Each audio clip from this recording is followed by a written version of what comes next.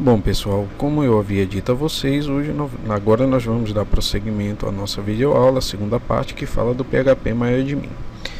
O PHP MyAdmin ele pode ser acessado rapidamente através do menu do AMP5, onde você tem aqui o atalho e ele já vai me direcionar para a página do PHP MyAdmin.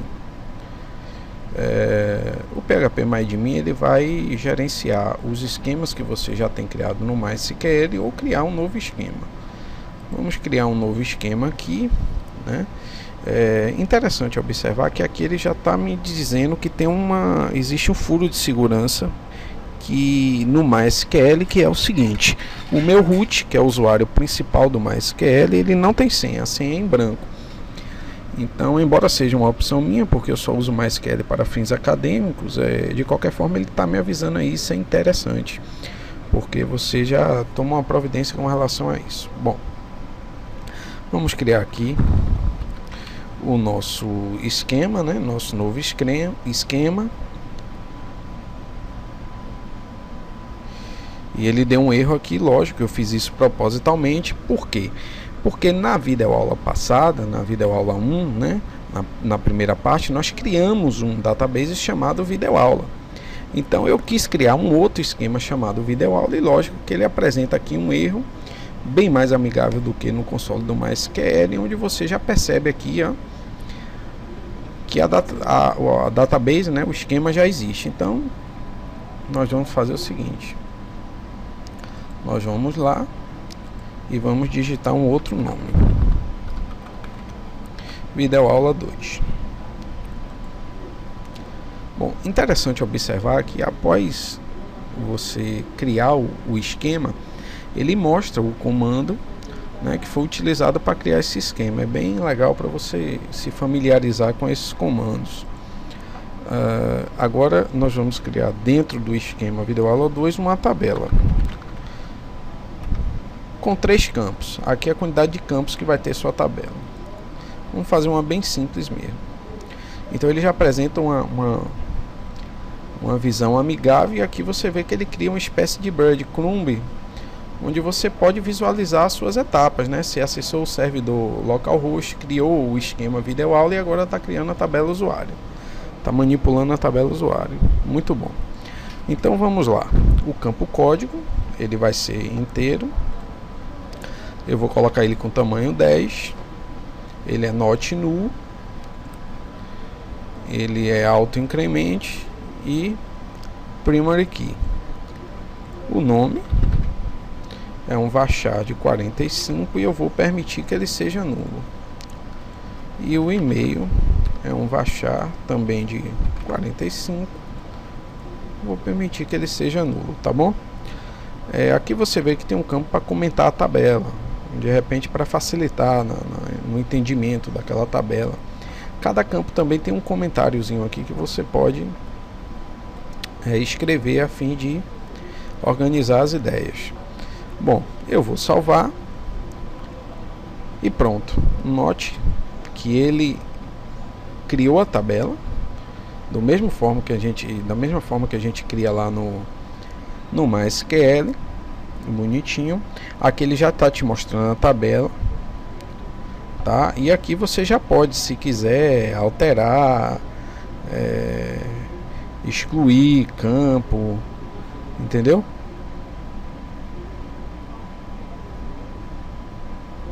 Muito bom. Definir se ela vai ser primária ou não, enfim. Aqui ele está me dizendo qual é o meu índice, né? Minha chave primária, que é code, e a cardinalidade dela 0, certo? Pronto, eu criei minha tabela e agora eu quero inserir dados nessa tabela. Então aqui você tem abas de navegação muito interessantes, né? Por exemplo, a aba inserir, ela vai te remeter a inserir dados na tabela. Muito legal. Aí você pode escrever aqui o valor que você quer, tipo Vinícius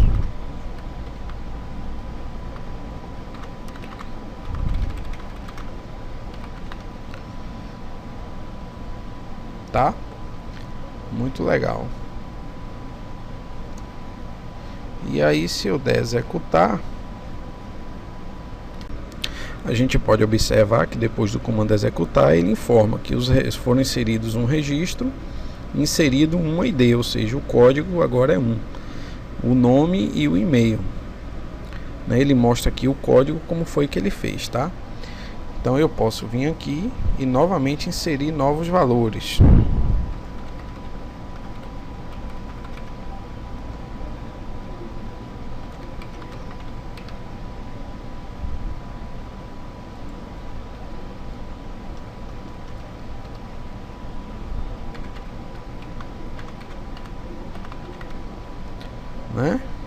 Do executar, e note que ele inseriu mais um registro, agora a ID passa a ser 2, não é? Porque já havia um registro ali.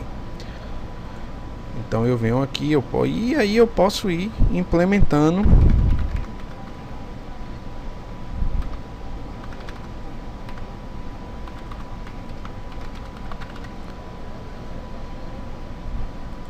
os registros e ele vai inserindo. Aqui eu posso visualizar, né? E ele vai fazer uma consulta de select asterisco, como a gente já viu, e vai impor um limite, né? 0,30.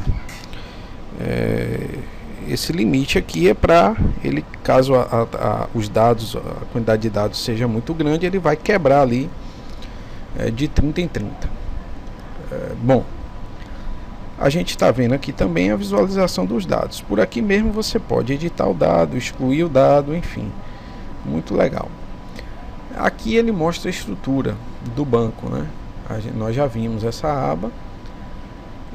Aqui ele permite que você faça uma pesquisa por distinct, né? Inserir, aqui ele permite que você exporte os dados, né? E aqui você importa dados, né? Tem a aba das operações, muito bom, mas o que interessa a gente mesmo é isso aqui, né?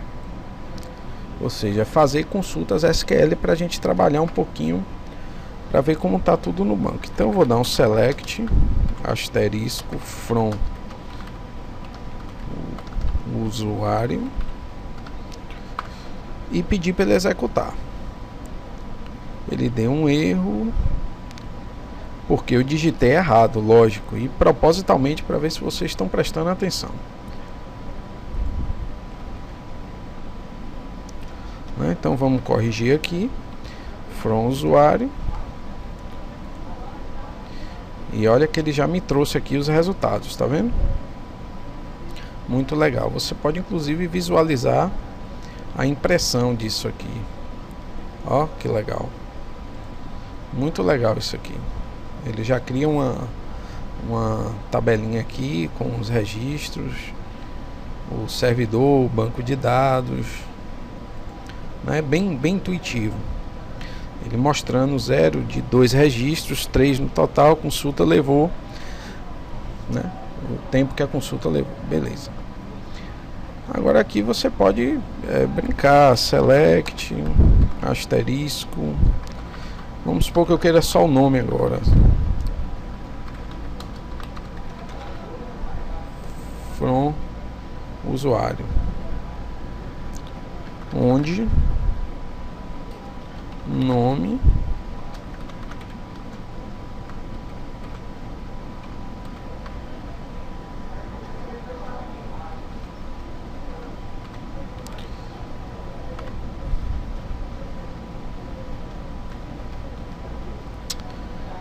vamos executar, e você vê que ele me trouxe o único usuário que tem com a letra R nesse nosso banco de dados, né?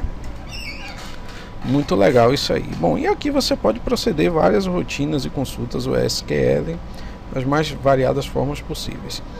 Aqui você pode ver que você tem diversos esquemas, ó. Todos os esquemas criados no MySQL eles estão aqui, inclusive o que a gente criou na videoaula 1 para falar do ADODB.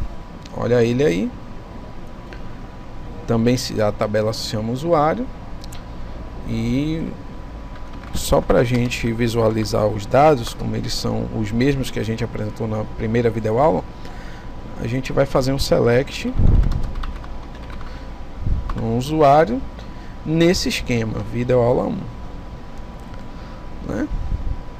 Perfeito, olha só, tá vendo? As informações vieram todas coerentes com o que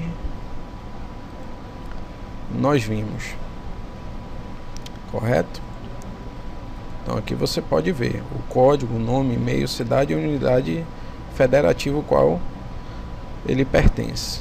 Muito bom. Então, pessoal, basicamente é isso.